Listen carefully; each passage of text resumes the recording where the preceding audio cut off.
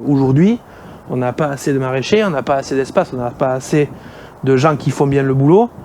Tu vois, quand on parle de pesticides et tout ça, d'intrants dans les sols, pour produire assez, pour nourrir les gens.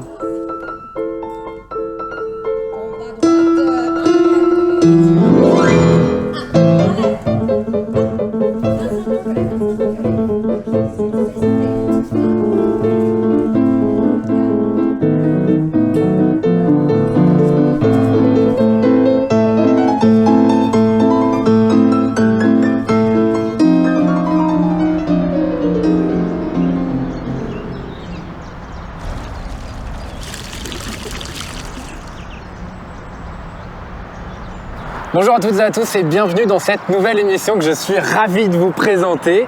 Dans cette émission, je vais aller à la rencontre de celles et ceux qui se bougent en Nouvelle-Aquitaine, qui ont décidé de faire leur passion, leur métier. Et en fait, je me suis posé la question, et si c'était possible? Et aujourd'hui, et si c'était possible de devenir chef étoilé?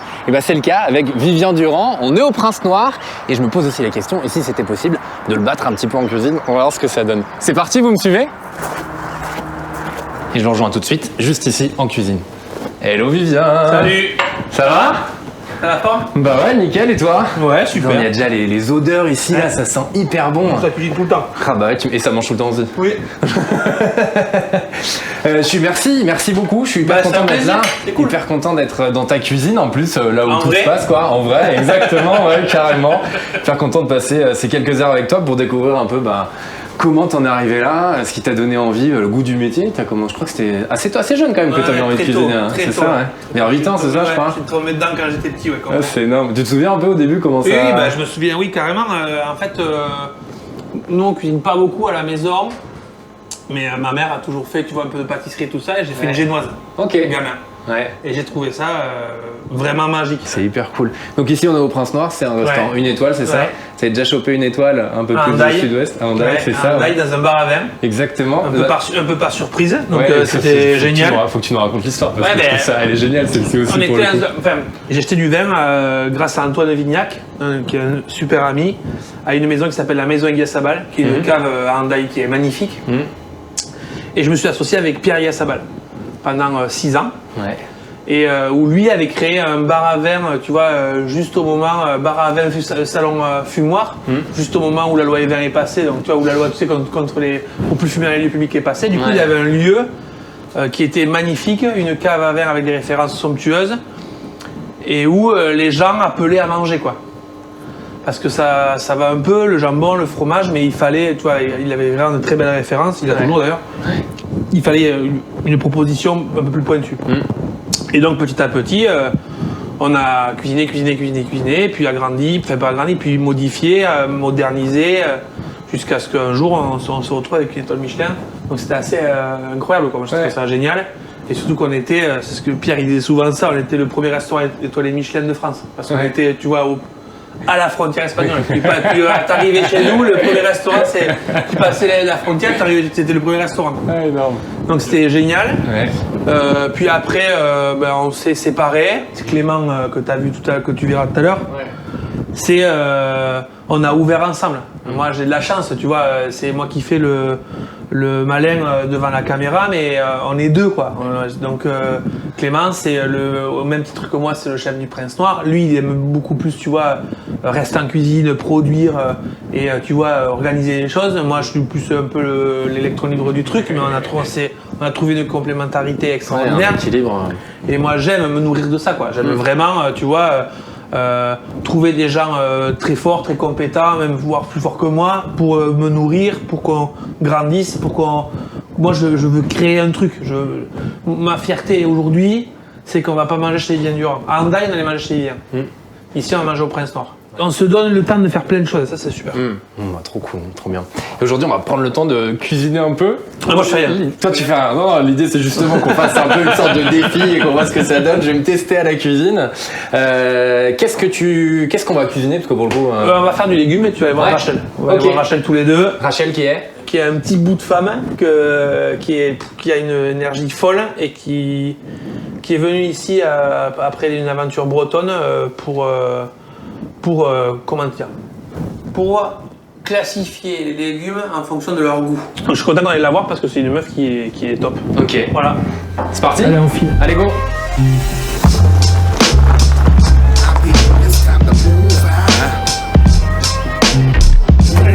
On va aller voir Rachel. Conservatoire du goût, Ouais. c'est une de mes maraîchères. Ok. La plus proche en tout cas. Yes. Salut Rachel. Hello Rachel. Ça va? Ça va, Théo? Enchanté. Salut Rachel.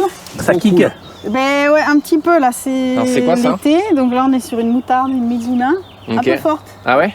Genre ça va m'arracher. Ça débouche un peu le nez, Mais ou ça- ça fait un peu pleurer. J'ai peur parce que.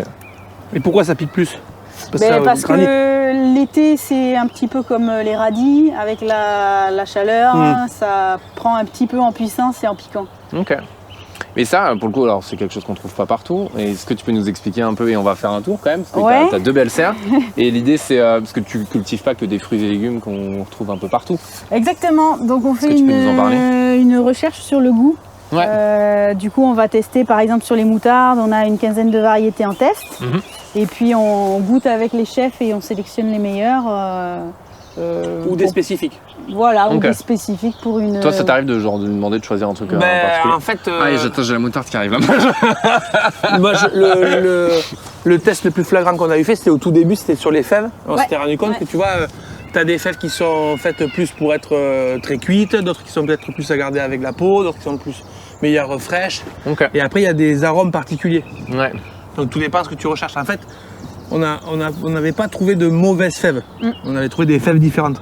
Et ça, c'est génial. Puis après, moi je sais toujours pas ce qu'on cuisine ce midi donc. Tu vas le voir dans la serre. Allez, on va regarder. Donc là, t'as 2 serres. Et alors, tu cultives combien de plantes différentes ici? Donc on a à peu près 1200 variétés chaque année. Ok. Aromates, fleurs, légumes et un petit peu de fruitiers depuis 2 ans. Ok. Donc on va avoir les premiers fruits cette année. Yes. On n'est que sur des variétés paysannes. Ok. Donc, c'est un petit peu le challenge pour cette ferme, enfin le conservatoire du goût, c'est de sauvegarder vraiment les variétés paysannes, anciennes, voilà. Anciennes, c'est pas un critère, mais en tout cas que ça soit cultivé à l'échelle humaine. Ouais. Oui, que Avec quand tu récoltes le les graines et que tu feeling, les replantes, tu as les mêmes légumes. Voilà, Ouais. Ouais. exactement. Ce qui a un C'est impact écologique et économique énorme pour les maraîchers. Et déjà, j'ai oublié de dire, mais on peut venir aussi ici en tant que particulier, parce que pour le coup, on peut venir directement à la Oui, ferme. oui. Donc ça, c'est cool de savoir qu'on peut acheter des fruits et légumes qui sortent un peu de l'ordinaire et tester des ouais, ouais. recettes à la maison, quoi. Ouais, Ça, parce que c'est vrai nous que- venez faire un tour par ici et venez tester les produits. Oui, l'objectif c'est quand même que ça soit, que ces légumes-là soient partagés, soient découverts. C'est ça, ouais. Donc en légumes originaux, bon déjà le Déjà, ça, on n'a tomatillo, pas l'habitude, en effectivement, fait partie. On a les petites physalis, mais c'est pas les physalis qu'on va retrouver dans les restaurants ça, qui c'est sont des- très oranges. Ah ouais. Quand Rachel elle m'a dit moi j'ai planté des physalis, je me dis mais ça c'est dégueulasse, tu vois. tu le fous sur ta tarte de fruits Leclerc, tu vois, avec Ouais. sur la mousse de fruits quoi. Et en fait c'est trop bon. Sauf que la production, ça je sais pas trop, Ouais. mais c'est surtout que le même plant, les physalis au même taux de Ouais. maturité, elles ont pas le même goût. C'est Ok. ça. Ah Donc ouais. pour nous, tu vois, assez c'est irrégulier. peut-être c'est un fruit. Non, c'est C'est un fruit, ouais. c'est peut-être un fruit qu'on va pas pouvoir travailler. Parce que nous, pour le coup, tu vois, on fait 30 couverts tous les midis, 30 couverts tous les soirs.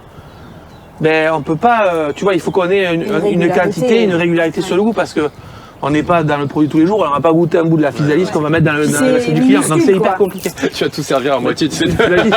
On nous a a tous des servi moitié comme demi-physalis, ça, on a pourquoi goûté on a tout l'autre, goûté. Ça, c'est mûr, c'est bon. Ok, top. Mais Donc, tu vois, plutôt jaune. tu Ouais. le vois, Ça c'est pas mûr. Ok.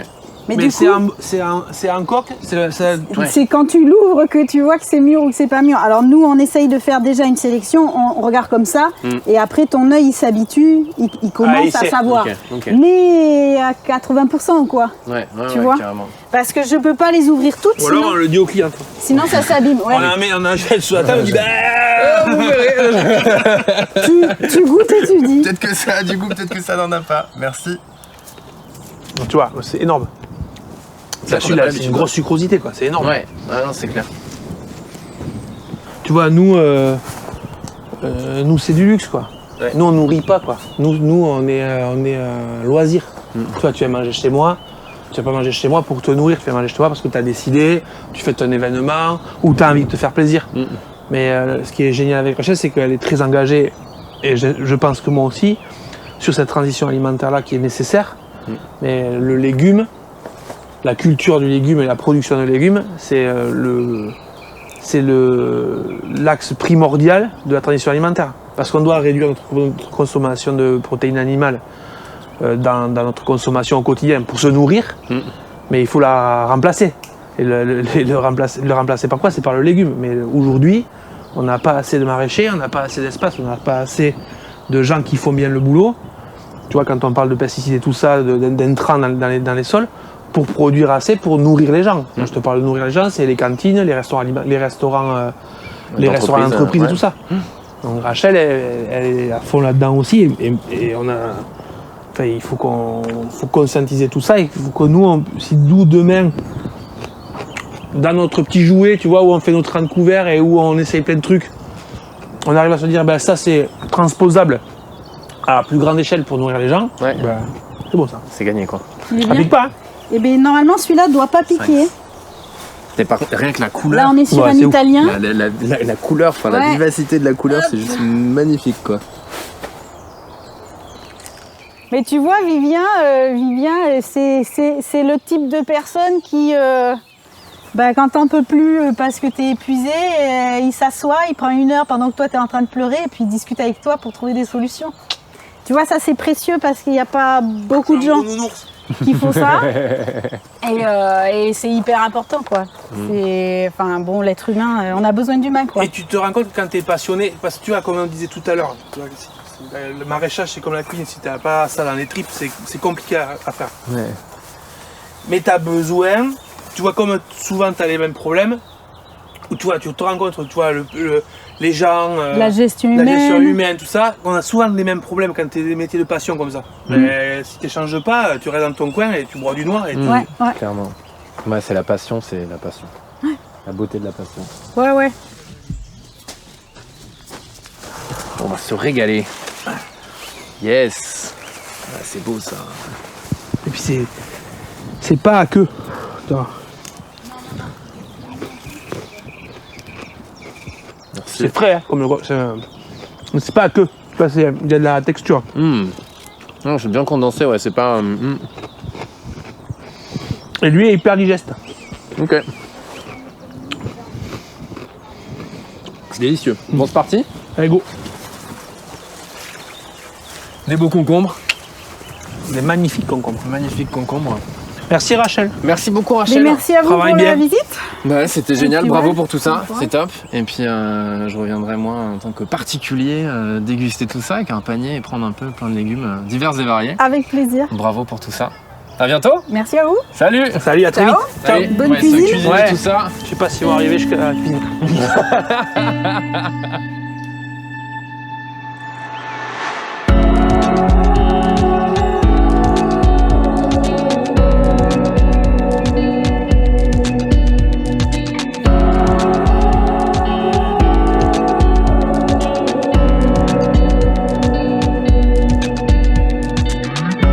Bon, c'est parti. C'est chaud, hein? Ouais. Je sais pas du tout. Alors qu'est-ce qu'on doit faire? Qu'est-ce qu'on va faire exactement? Alors, moi je sais ce que je vais faire Ouais, c'est moi. bien ça, le truc. Mais on va faire.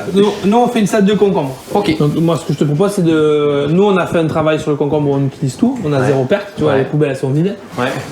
Et je te propose de faire pareil. Et puis chacun dressera son truc et puis voilà. Mais donc on a juste du concombre. Mais c'est que du concombre. Alors bah je vais regarder ce que tu veux.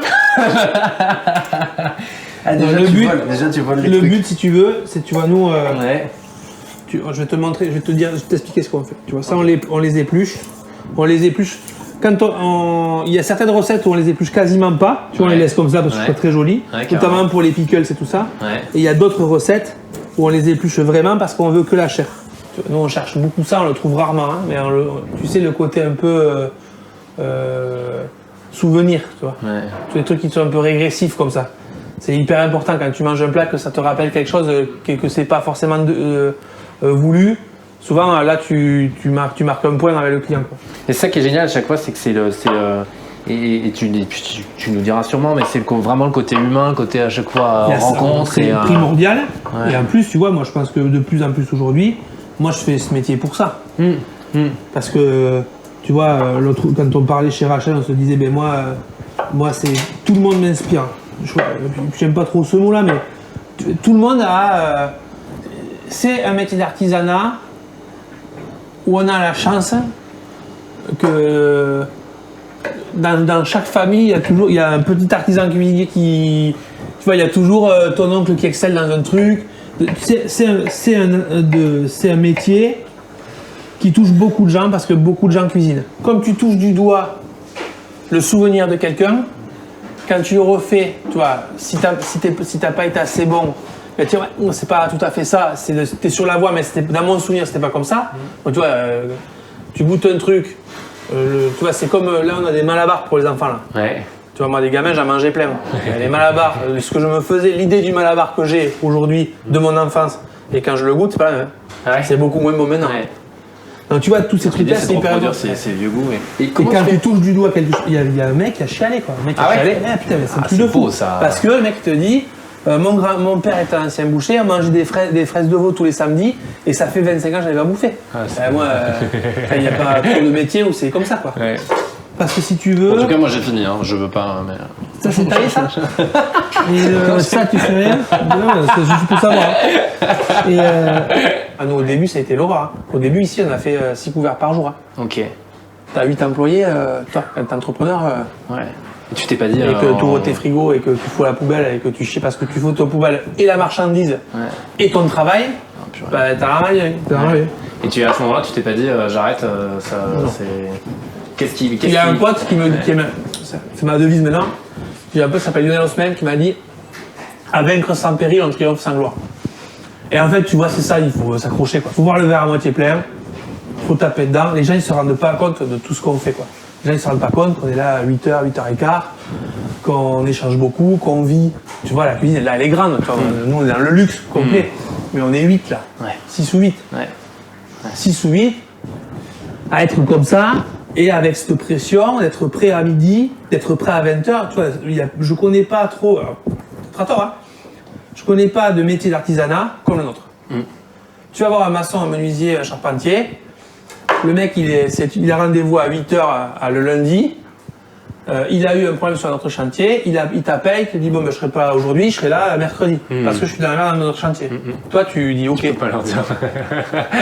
Moi, je me vois mal. Dire au client, bon, écoutez. Arriver à la porte ici, t'as des mecs qui attendent. La porte, tu fermes la porte, tu dis les gars, on n'est pas prêt, tu reviens en 45 minutes. Le mec, nous, on est mort. Et ça 2 fois par jour. Ouais. Nous, on n'a pas le choix. Ouais. Parce que c'est un métier simple. Tout le monde fait à manger. Tu vois. Mais être cuisinier, tu vois, le professionnel là-dedans, comme c'est un métier qui est accepté par tout le monde te dit, tu vois, tout le monde te dit mon foie gras, mon poulet rôti, mon machin, mon truc. Mais fais-le tous les jours, tu vois, tous les jours, à midi, à 19h, faut que tu sois prêt, machin. La gestion des fournisseurs, le nombre de fournisseurs qu'on a, c'est dingue, quoi. Tel merlu, il est pas beau, comment je fais pour un truc, il m'en faut, comment je fais pour un truc, ah mais il n'y a plus de merlu, putain, faut qu'on change de recette. Putain, mais la cuisson qu'on avait prévue avec le poisson qu'on a maintenant, c'est pas la bonne. On est dans une. Il faut qu'on soit ouvert, conscient, tout le temps. Ouais. Et moi, c'est ça que je leur dis le plus, tu vois, il faut faire en conscience. T'épluches un concombre, qu'est-ce qui se passe, quoi? Est-ce que tu vois, tu goûtes. Il est bon, hein? C'est débile. Tu goûtes, tu machines, qu'est-ce que tu peux en faire? Comment tu peux valoriser au maximum le produit? Comment tu fais? Tout ça, c'est. Alors moi, c'est ce qui me. C'est ça ma passion, quoi, tu vois. Tu vois, quand on bosse sur une matelote ou sur un jus de poisson, un truc comme ça, qu'on se dit, tu vois, on est débile. On goûte. On en fait genre 1 litre pour 3-4 jours, on fait chauffer, on se rend compte que si la sauce poisson qu'on fait réchauffer une fois, ça marche, la deuxième fois, on sort plus d'amertume, plus d'âpreté. Donc ça nous convient plus. Mais en vrai, c'est parce que nous, on en goûte tous les jours. Enfin, franchement, la même sauce, je la fais goûter à Vincent, qui lui, tu vois, sert plus donc, et moins dans les casseroles. Il va sentir une légère différence. Mais nous, à force de goûter, cette différence-là, on dirait que c'est un fossé, quoi. Donc on démonte tout. On se dit, bon, comment on fait pour faire une sauce calée, régulière, tout le temps? Première réchauffe, deuxième réchauffe, ou alors on n'y arrive pas et du coup, on se dit, plutôt que de faire 1 litre tous les 4 jours, Eh bien, on fait 500 grammes tous les jours, tu vois. Mais là, tu vois, l'implication dans ton temps de travail, ça, c'est plus rien, tout change, tout change tout le temps. Tout le temps, tout le temps, tout le temps, tout le temps. Là, tu vois, Charlotte, elle est descendue, elle me dit, putain, les Saint-Pierre, c'est 38 balles. 38 balles, c'est-à-dire qu'on en a acheté à 22, 2 jours après, ils sont à 38. Tu fais quoi? Ouais. Comment tu gères ça? Ouais, c'est clair. Constamment en train de t'adapter, en train de... Et tu vois, et nous on est ultra exigeants sur la qualité, tu vois, et nous, moi je négocie aucun prix. Ok. Jamais. Jamais. Ouais, ça fait partie, Non. tu te dis... Les grossistes, ceux qui vendent, tu vois, bien sûr que je vais essayer de gratter un peu sur le staff, un peu sur les pâtes, un peu sur l'huile d'olive, parce que tu vois, c'est un produit qui bouge pas. Mais tout ce qui est producteur, maraîchage, ça, jamais.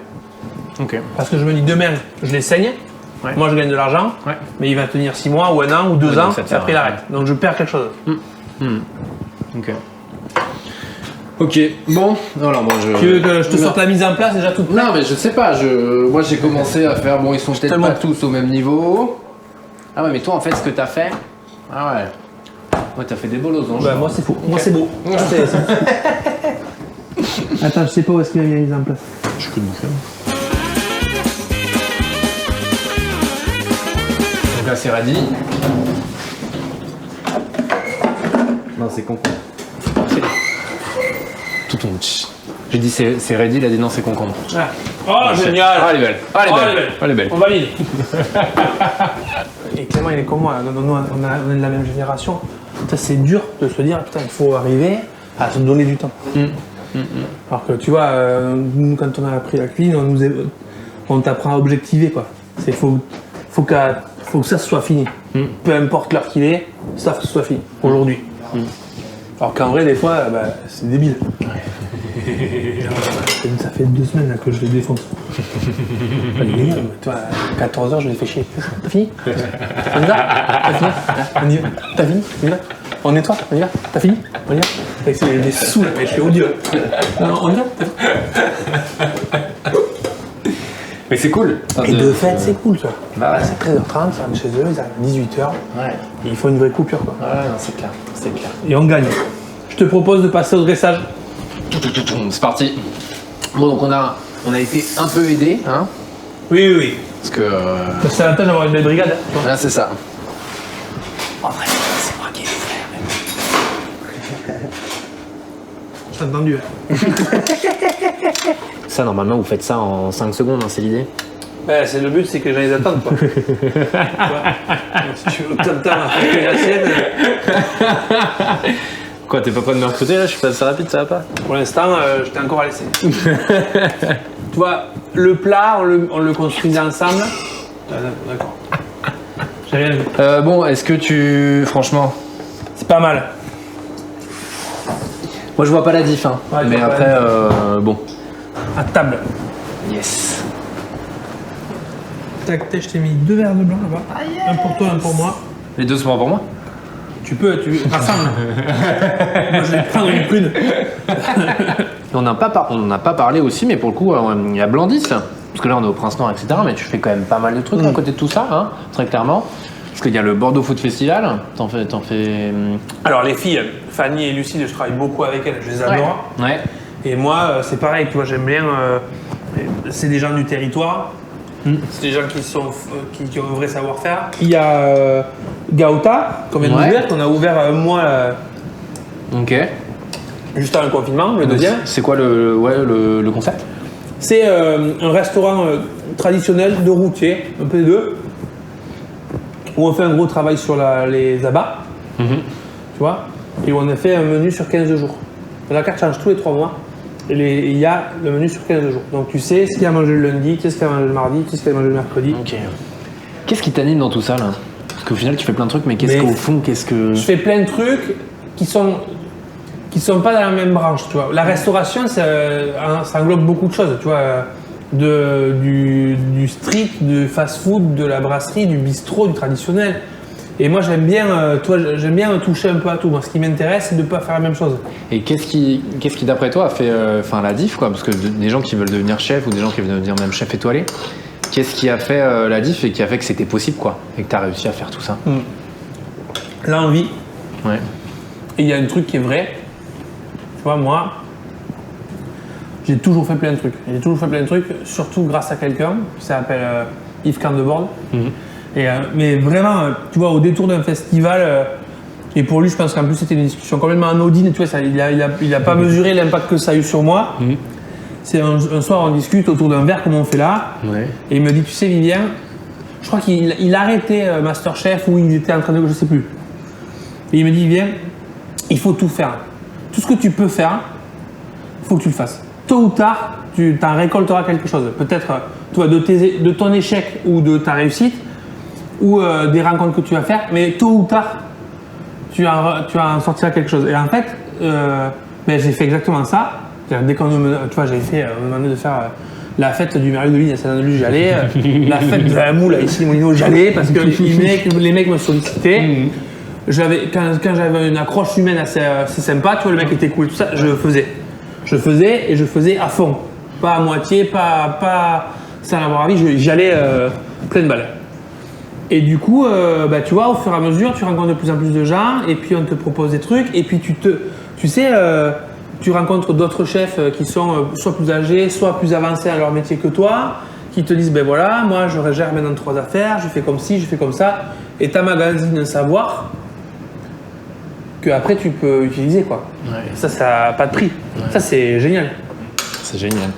Tu en as déjà donné quelques-uns, mais l'idée de ces échanges et de cette émission, c'est au-delà de montrer le talent d'une personne et de ses équipes et de tout ce que vous faites et montrer que c'est possible, c'est aussi de donner envie aux gens de franchir le pas. Qu'est-ce que tu pourrais leur dire pour franchir le pas, oser faut lâcher le frein. Faut arrêter d'être toujours sur le pas. Faut pas avoir peur, quoi. Ouais. Et c'est pas être irraisonnable. C'est un peu, tu vois, moi j'ai 3 enfants et j'ai plein de couples quand t'as un âge d'avoir des enfants, tu vois, on est tous entre potes, plus ou moins en âge d'avoir des enfants. Mais tu vois, entreprendre c'est exactement la même chose. C'est-à-dire que si demain tu réfléchis à quand tu fais des gosses, quand est-ce que c'est le bon moment, t'en fais jamais. Parce qu'en fait, tu te trouves pas assez en sécurité, ou tu trouves que c'est pas le bon moment, que tu vois c'est trop tôt, trop tard, il faut d'abord qu'on se réalise professionnellement. Et en fait, je pense que c'est une erreur. En fait, tu vois, moi j'ai la chance d'avoir une femme qui est extraordinaire et on est forts tous les deux, tu vois. Mais je pense qu'en fait, quand tu as fait des enfants, donc quand tu montes une entreprise, tu sais que ça va être dur. Mais en fait, si tu le fais pas, tu le fais jamais, quoi. Donc si tu le fais, après, tu te rends compte que des solutions, il y en a tout le temps, que tu peux trouver qu'il y a toujours un problème et qu'il y a toujours des solutions, et que au final, ton entreprise, comme ton enfant, elle grandit de par ce que tu lui donnes, mais toi, tu grandis aussi de par ce qu'elle te rapporte, ce qu'elle te donne elle. Donc du coup, tu vois, c'est ce que moi je pense qu'il faut vivre sans frein, quoi. Tu vois, faut y aller, quoi. Ouais, complètement. Vivien, c'était génial. Écoute, merci. Tant mieux. Je suis ravi de vous avoir accueilli. C'est un très bon moment. Normalement, c'est beaucoup plus animé, mais comme tu sais. Là, c'est une journée où c'était fermé, c'était off, donc on a pu profiter calmement de tout cet espace. Tu vas faire la planche quand même un peu là, parce que. Je le fais. Encore merci et venez visiter le Prince Noir, venez voir. Venez en masse. Le cadre est magnifique et puis l'équipe, n'en parlons pas. Voilà. À très bientôt. Salut. Allez, c'est parti. Ciao. On va faire la planche. Là, je prends mon verre quand même.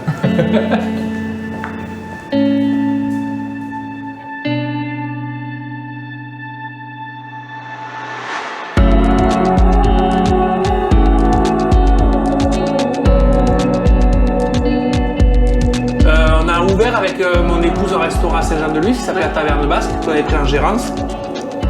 Et en fait, on a fait tout ce qu'il fallait pas faire quand on ouvre une entreprise.